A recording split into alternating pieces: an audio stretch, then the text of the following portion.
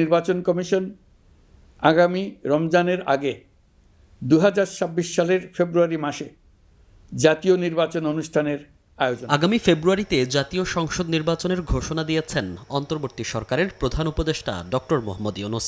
সে অনুযায়ী চিঠিও দেয়া হয় নির্বাচন কমিশনকে, আর কমিশন জানায় আগামী ডিসেম্বরের প্রথম দিকেই ঘোষণা করা হবে তফসিল।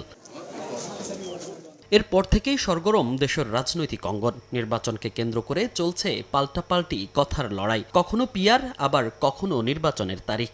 নানা বিষয়ে নিজেদের অবস্থান তুলে ধরছে স্বৈরাচার বিরোধী রাজনৈতিক দলগুলো। এমন পরিস্থিতির মধ্যেই এবার রোডম্যাপের ঘোষণার সময় জানালো নির্বাচন কমিশন। বৃহস্পতিবার বিকেলে কমিশনের নিয়মিত বৈঠকের পর ব্রিফিংয়ে কমিশনের সিনিয়র সচিব আখতার আহমেদ বলেন, আগামী সপ্তাহেই দেয়া হবে জাতীয় নির্বাচনের রোডম্যাপ। আমরা আশা করছি আগামী সপ্তাহে আপনাদেরকে আমাদের নির্বাচনের রোডম্যাপটা দিতে পারবো। সুদীজানের সঙ্গে সংলাপ, আপনাদের সাথে সংলাপ ইত্যাদি, যেটা আইনবিধি সংশোধনের সম্পর্কে যাবতীয় তথ্যগুলো আপনাদের ওখানে দেওয়া হবে। প্রবাসীদের ভোটাধিকার নিশ্চিতে কাজ চলছে জানিয়ে ইসি সচিব আরও জানান, ভোটের সময় পর্যবেক্ষক হিসেবে দায়িত্ব পালনের জন্য 318টি আবেদন জমা পড়েছে। যারা পর্যবেক্ষক হিসেবে আবেদন করেছেন 318টা আবেদন পেয়েছে, এটা পর্যালোচনা চলছে।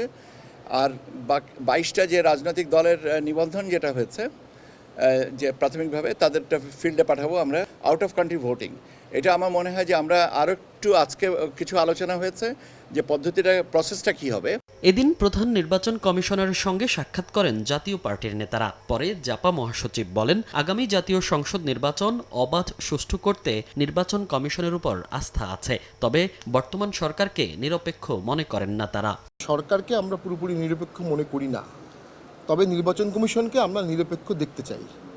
আমরা নিরপেক্ষ এবং অ্যাকাউন্টেবল থাকবে। সকল নিবন্ধিত দলকে নির্বাচন কমিশন ডাকবে, কথা বলবে। আমাদের আস্থা আছে বর্তমান নির্বাচন কমিশন সুষ্ঠু ভোটের জন্য সর্বোচ্চ চেষ্টা করবেন। সুষ্ঠু নির্বাচন আয়োজনের জন্য সব রাজনৈতিক দলের সহযোগিতা প্রয়োজন বলেও মন্তব্য করেন জাপা মহাসচিব। নির্বাচনে অযোগ্য ঘোষণার মনির হোসাইন, সময় সংবাদ, ঢাকা।